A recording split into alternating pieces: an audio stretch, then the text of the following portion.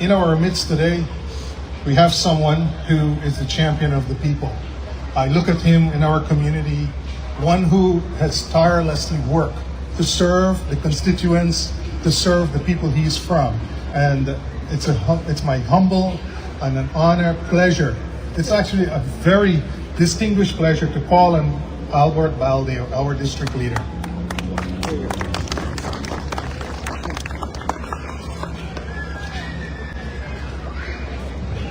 Thank you so very much, Brother Sanjay.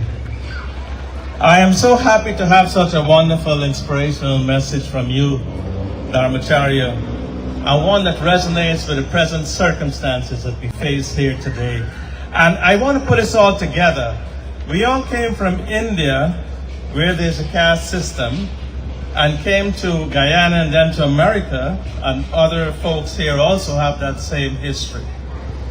And Peter Pack at this time of the year, which is commemorated now, has that significant meaning where our ancestors are amongst each and every one of us. So right now you have to figure your grandparents and great-grandparents that came all the way from India to Guyana as indentured servants, very poor, lived in lodges, built a life for us, gave us dignity, and every succeeding generation brought it to a level that we can be proud of. And in doing so, we came to other shores, and our foreparents have now followed us and come to ask you, what have you been doing? How are you doing, my child? All the way from India, all the way from history, from our heritage. And then it commemorates with a plant which is a symbol, this tree. The symbol of life, the symbol of dignity, and the symbol of us making more progress in our lives. And that is the entire significance of this holy time of the year, which is reflected here today. And I want to commend the USA Pandit Parishad and the Federation of Hindu Mandirs for bringing this out to us today, so we can see and we can feel each other, and you can feel your ancestors amongst you, and answer to them, what progress have we made? Just like the Dharmacharya was saying, how have we uplifted ourselves? How have we uplifted others? How have we fought the status quo? And how have we, together as a people, are going to progress to higher heights, so that our generations will break out of the caste system forever, and we can be just as good as all Americans. So I address you today as Americans, and give yourselves a round of applause for being great and worthy and industrious Americans who have built this country, who have given of your greatness, who have fought and died for America, who own an equal stake in this land, in this great land. This is what belongs to us. We are equal with everybody else, and never let anybody tell you less. Because if they tell you less, they'll be coming from a place of weakness. They will be coming from a place where you have to uplift them and educate them as to who you are. The rich ancestry you bring, the rich heritage. And brothers and sisters, we believe in Dharma, and we believe in karma. And as I stand here today, history has taken the full turn. That come November, there will be a person of South Asian ancestry, either as President of the United States or as the the second lady of the President of the United States, either in Kamala Harris or in the Vice President's wife. So give yourselves a round of applause that history is beckoning to us and turned full turtle to tell us that we have made it in this country, and that we will be occupying a rightful state where nobody will be looking down upon us. Nobody will say, oh, that's a small event, I'm not going there. No elected official will close his office in Richmond Hill when there is another COVID or any other pandemic like that. No elected official will turn his back upon us. No elected official will come to this community with 5 masks and give them out and say, I am here for you. Because we'll be able to tell them, you're supposed to keep an office open, or all of you come together and have one office dedicated to the people. And there was none. There was one photo op that I saw where an elected official went to Lefferts Boulevard at the train station gave out 5 masks, then he jumped in his vehicle and went off to other areas where they take all the money that is supposed to go for our schools, our churches, our mandates, our health services, and everything else. They never gave us anything. And I'm happy that this topic was raised by Darwin Shire, and I thank you for your leadership on this. Because without that, we will never get the fair stake. We will never get a fair shake. And we're getting that today, as you can see from what's going on in the White House right now. So lift your head up. Lift each other up. Be proud of who you are. You have worked as hard as everybody else. You in the audience looking on YouTube and Facebook and social media, understand how proud it is to be a Guyanese. How proud it is to be an American Guyanese. How proud it is to be a South Asian. How proud it is to be a Hindu. That you can stand in America and say, yes, I have built this. I own this. I belong here. I have equal rights with any of you, whether you're white, pink, blue. We have the same blood. And if you don't believe me, go back to COVID.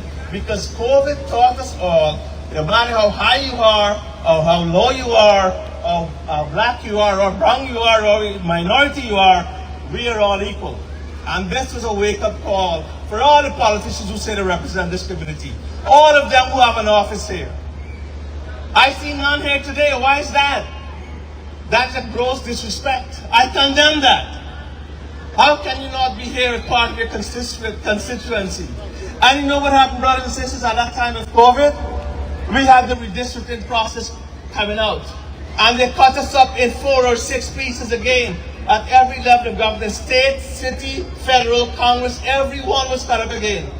So when they say, oh, you all don't go out and vote, that may be partially true. And you have to go out and vote, as well as we worship and serve our God. But at the same time, we have to fight a system that has never included us, that is very wary of giving us the power we deserve, and is very shy and very discriminatory against us. And tell it like it is. It's not a guy where we're going to get beaten up and thrown out.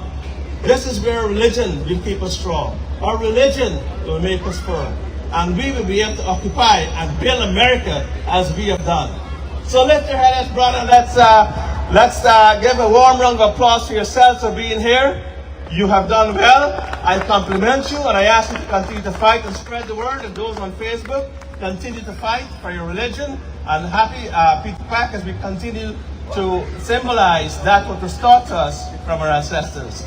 And may Lord Krishna bless us all and continue to guide us. May the Federation of Mandates and the USA Parishad continue to be leaders. And then we have people who want to be leaders in our community. Where are they? They're supposed to be here if you want to represent the people.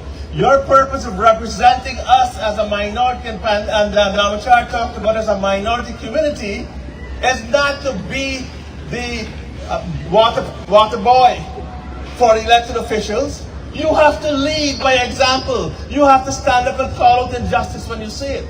So those who are running for office of our community, you need to understand that your first duty is to uplift and respect your own community, and not just be a water boy for those who you want to see in office over us. This is worse than colonialism and apartheid. And in closing, I want to read you a poem that our ancestors inspired me to bring today. And it's a very short poem, but one of the greatest poems. This poem was read every day by a man called Nelson Mandela, a man who was imprisoned for 27 years because of what he believed in. A man who took his lessons from Mahatma Gandhi and the great Indian leaders, another area where we lead the world. And it goes like this. It's called Invictus. And I want you to remember this poem. Out of the night that covers me, black as the pitch from pole to pole, I thank whatever gods may be for my unconquerable soul. In the fell clutch of circumstance, I have not winced nor cried aloud. Under the bludgeonings of chance, my head is bloody but unbowed. Beyond this place of wrath and tears looms but the horror of the shade, and yet the menace of the years finds and shall find me unafraid. It matters not how straight the gate, how charged with punishments the scroll. I am the master of my fate. I am the captain of my soul. And Nelson Mandela, as you know, led his people, as we've been doing in this community, to a greater land, a land where they earn respect, independence, and dignity. And that, my brothers and sisters, is the end all and be all, the dignity to be respected and be represented, and to have that sort of camaraderie with other people that live in this or Indian name. And anything else, we should have those people who died during COVID be honored, those who were thrown out of hospitals, those who never had a chance, those who were discriminated against, those who were treated like second-class citizens, as the Dharmacharya said, and those who now rest in potter's field and unmarked graves. And those for you are our brothers and sisters who were never given even the respect, like you said, of a decent and humane burial. And that, my brothers and sisters, can happen to any one of us unless we continue to fight, and fight we must. Thank you very much. Thank you very much, Mr. Albert Baldeo, for always being there with us, and most importantly, for us. Thank you again. Please give another big round of applause.